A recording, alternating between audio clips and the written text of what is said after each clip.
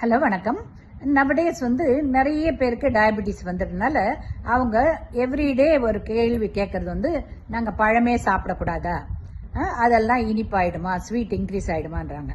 ஆனால் ஒரு இம்பார்ட்டண்ட்டாக கிட்டத்தட்ட எல்லா டாக்டர்ஸும் சொல்கிற ஒரு அட்வைஸ் என்னென்னா, ஃப்ரூட்ஸ் சாப்பிடலாம், ஆனால் சில ஃப்ரூட்ஸ் தான் சாப்பிடக்கூடாது, மீதியெல்லாம் சாப்பிடலாம்.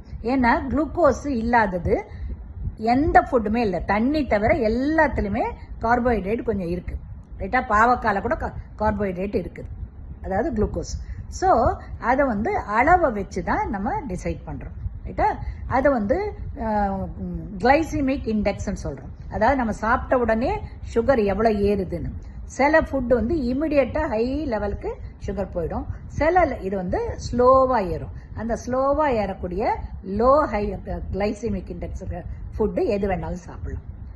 அதனால கொய்யாக்காய் நல்லா சாப்பிடலாம், கொய்யா பழம் சாப்பிடலாம். ரைட்டா, அப்புறமா கிரேப்ஸ் சாப்பிடலாம், சாத்துக்குடி சாப்பிடலாம், மாதுளை பழம் சாப்பிடலாம், பேரிச்சம்பழம் கூட ஒரு 2 பழம் எவ்ரிடே சாப்பிடலாம். இது எல்லாமே கிளைசிமிக் இண்டெக்ஸ் ரொம்ப கம்மி. அதனால தாராளமாக இதை கொஞ்சம் கொஞ்சமாக எல்லா டயபெட்டிஸ் பீப்புளும் சாப்பிடலாம். அதில் நிறைய மினரல்ஸ் இருக்குது, ஃபைபர் இருக்குது, இட்ஸ் வெரி குட். ரைட்டா, ஆனால் மாம்பழம், பலாப்பழம், அப்புறம் இந்த பப்பாளி, ரொம்ப இனிப்பாக இருக்க பப்பாளி, இதெல்லாம் கொஞ்சம் ஹை கிளைசிமிக். அதனால அதெல்லாம் கொஞ்சம் குறைச்சிக்கோங்க. அதே நேரத்தில் இந்த பழங்களை விட சாதத்தில், ஒயிட் ரைஸில் நிறைய கிளைசிமிக் இண்டெக்ஸ் இருக்குது, இம்மிடியேட்டாக சுகர் ஏறிடும். அதனால அந்த சாதத்தை அளவை ரொம்ப குறைச்சிக்கோங்க.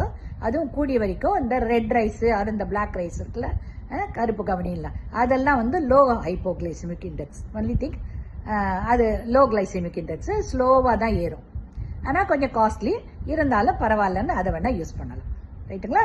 அதனால் பழங்கள் கொஞ்சம் கொஞ்சம் எவ்ரிடே எல்லா டயபெட்டிக் பீப்புளும் சேர்க்கலாம். ஓகேங்களா?